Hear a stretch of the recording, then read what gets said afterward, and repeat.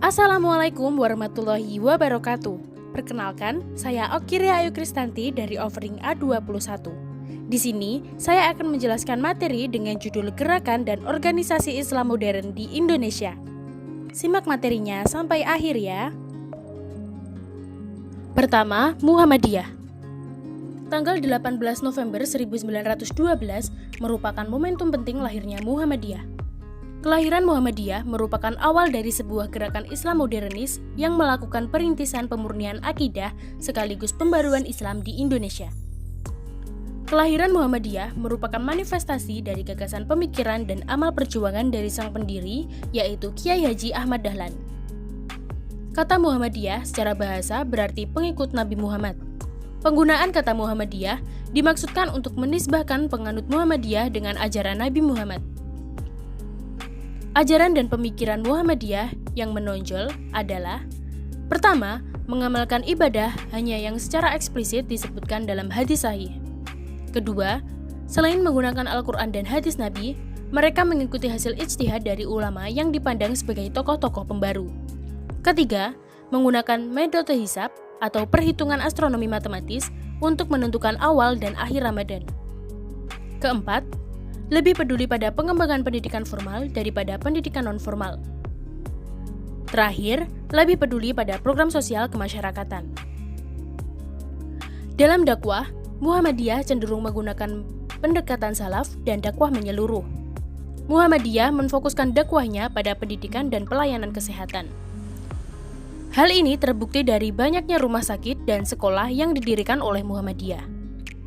Muhammadiyah juga menggunakan pendekatan amar ma'ruf nahi mungkar yang bersifat struktural dari atas ke bawah.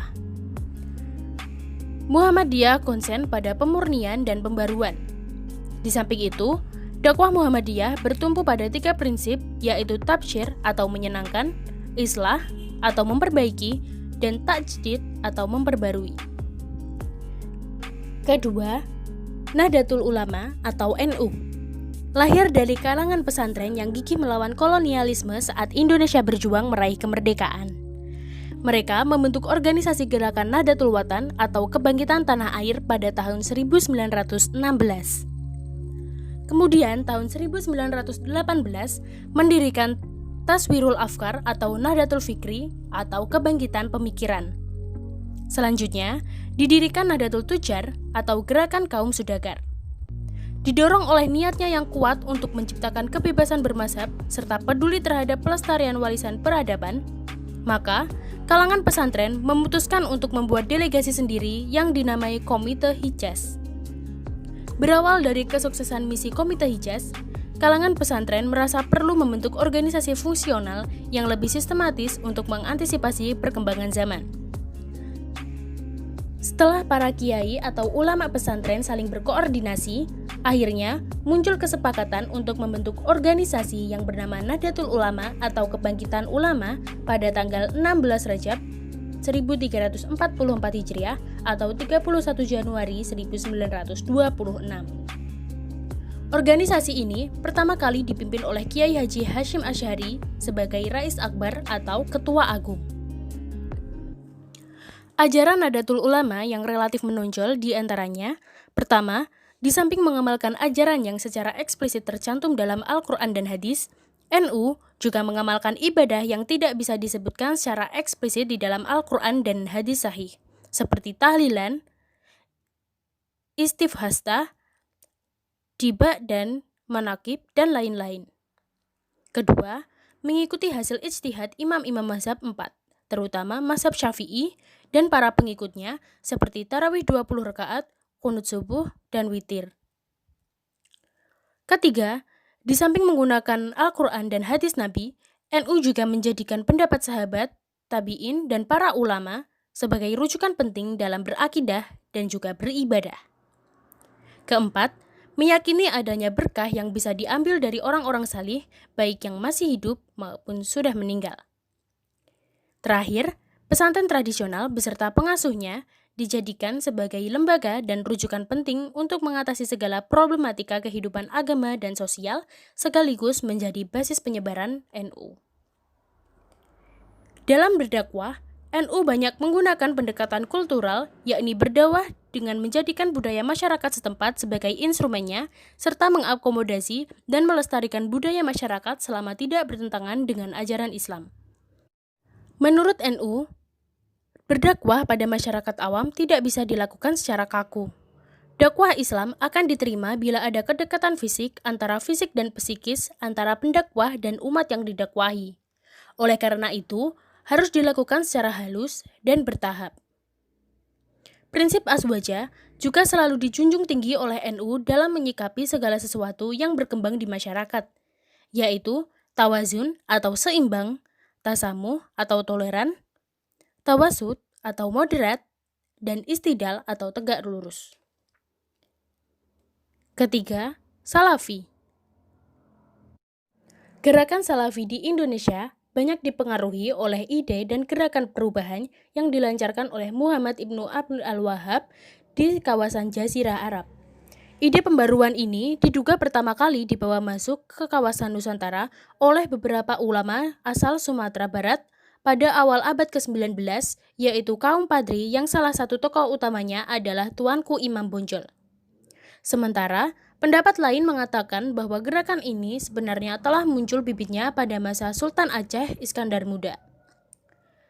Di samping itu, ide pembaruan ini secara relatif memberikan pengaruh pada gerakan-gerakan Islam modern Indonesia yang lahir kemudian, seperti Muhammadiyah, Persis atau Persatuan Indonesia, dan Al-Irsyad.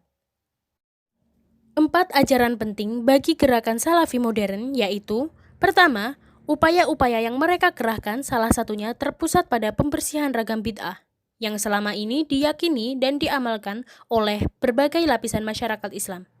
Kedua, mereka memandang keterlibatan dalam semua proses politik praktis seperti pemilihan umum sebagai sebuah bid'ah dan penyimpangan. Ketiga, mereka cenderung kooperatif dalam menyikapi gerakan-gerakan Islam yang ada. Terakhir, mereka meyakini adanya larangan melakukan gerakan separatis dalam sebuah pemerintahan Islam yang sah. Bagi penganut Salafi, untuk urusan agama tidak ada istilah kompromi. Apa yang dipandang tidak benar menurut dalil Al-Quran dan Sunnah secara tegas ditolak. Terakhir, Hizbut Tahrir.